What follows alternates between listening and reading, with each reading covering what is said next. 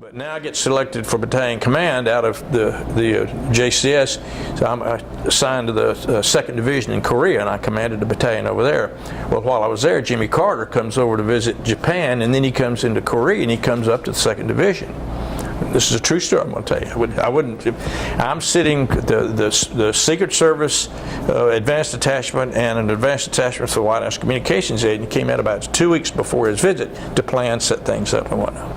I'm sitting having a beer with the general I worked for, a guy named Buckner, and Buckner and I were together in 10th Special Forces Group, so I knew this guy that was the general that I worked for. So we're sitting talking to the head of the Secret Service detachment, and I'm saying, we had a division standard to run 3 miles every morning, and out of the 17 battalions, I probably had, if not the 2nd best running battalion, I had the 3rd best, but I ran my battalion. I mean, they never knew where I was going to take it or how far I was going to take it, but I knew we were good. I suggest, wouldn't it be a great PR thing if the president ran with one of the units over here? We ran every morning 3 miles and whatnot, and boy, he thought that was a great idea. He said, let me take that back to the group that was in Japan. He came back that night and they said they love it, the president will run with it. So they selected my battalion for him to run with, and then he was going to come down and eat in my mess hall, have breakfast with us after the run. So he did, but the president that morning, 6 o'clock, I fell out. We didn't run the whole battalion because it had been too long, but I picked 3 platoons, 3 platoons of 40 people each. So we had 120 people, and I ran in the first row of the 1st platoon. And I let my Jeep driver, carry the battalion guide on to run with the president and General Buckner, who was going to run with me. The interesting thing about that, I'd told the battalion, those guys are going to run, when they came out, I said, you all represent the United States Army this morning. There's going to be a whole platform truck for press corps over here that's going to take pictures of us and whatnot.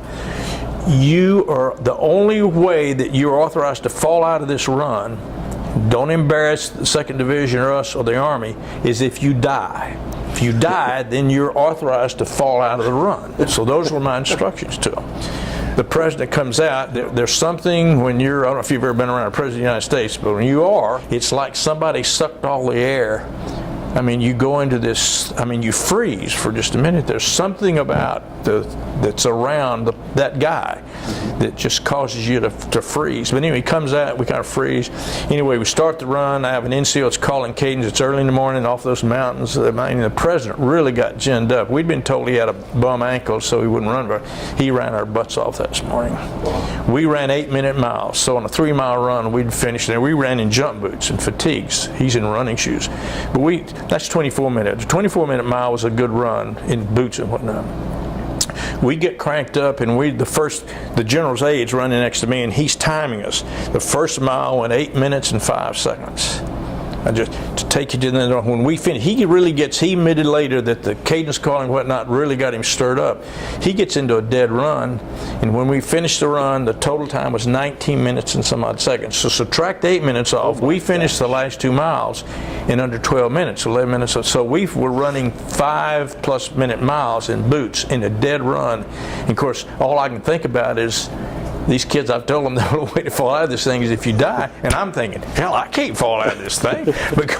But anyway, we finished. I lost probably a third because that's hard in those boots to run that fast. We're in a dead run. But at any rate, the president joked about it later. The next time I come, you all can wear running shoes and I'll run boots. Did you get to speak to him one-on-one at all? Yeah. When he came down, I saluted him when we left, but he went on by. But I did get to, when he came down to eat in the mess hall, had to wait until everybody got there and things got out. So myself and the 3-star general from Korea, from Seoul, Korea, came in, and so we stood there and talked. There's about 4 of us: the division commander, Major General Kingston, and then I cannot remember the 3-star that was out of Korea that came up.